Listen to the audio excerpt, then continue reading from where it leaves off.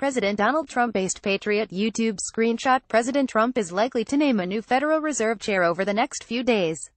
Speculation is focused on current Fed Governor Jay Powell and Stanford University economist John Taylor. The list may be larger. It could still include current chair Janet Yellen or Kevin Warsh. Trump is soliciting opinions and advice from people inside and outside government. We will see soon enough. Unfortunately, so much of the conversation about a new Fed leader is focused on who will be the high interest rate hawk or the low interest rate dove.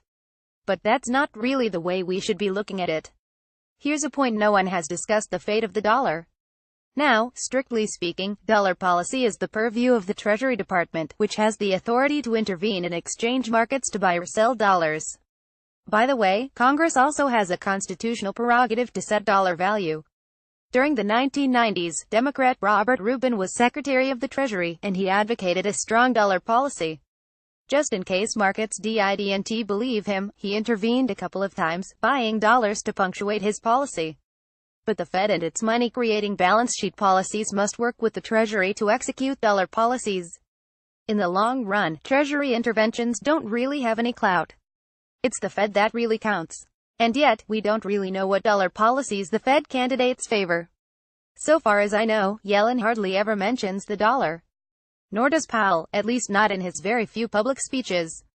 While President Trump sometimes publicly favors a steady dollar, he sometimes warns that he does not want a particularly strong greenback. But I think the best policy is a steady, sound, reliable king dollar. If you look at periods of dollar weakness, especially the 1970s but also the 2000s, a sinking dollar is usually associated with rising inflation, higher interest rates and damage to the economy. In these circumstances, investors at home and abroad lose confidence and take their money elsewhere. President George W. Bush's pro-growth tax cuts were partly nullified by a sinking dollar. Yet when Presidents John F. Kennedy and Ronald Reagan slashed marginal tax rates, they also favored a sound dollar. I covered this at length with Brian Domitrovic in our book JFK and the Reagan Revolution. Low taxes and a stable dollar was a winning combination that promoted economic growth without inflation.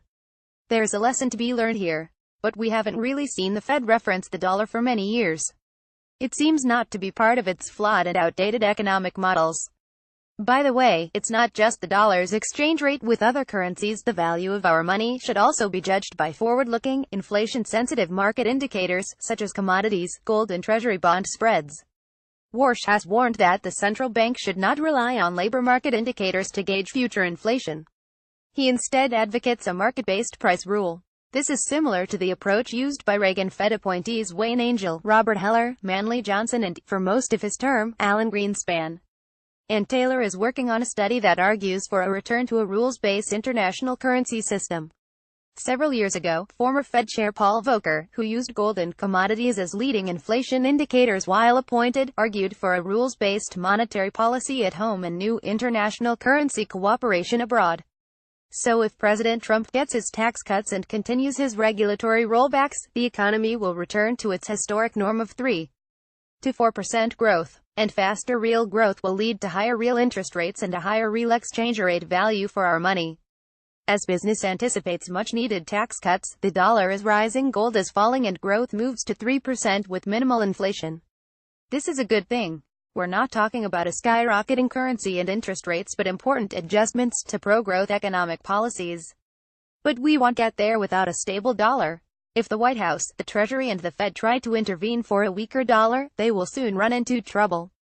The tax cuts could be neutralized. Long thick dormant inflation may reappear. And interest rates will wind up going much higher than otherwise would be the case.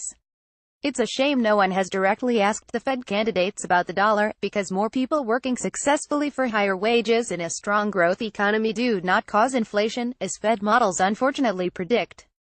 But a sinking greenback will. Larry Kudlow, host of CNBC's Kudlow Company and The Larry Kudlow Show on WABC Radio, is an economist, distinguished scholar at the Mercatus Center at George Mason University, and the author of American Abundance: The New Economic and Moral Prosperity.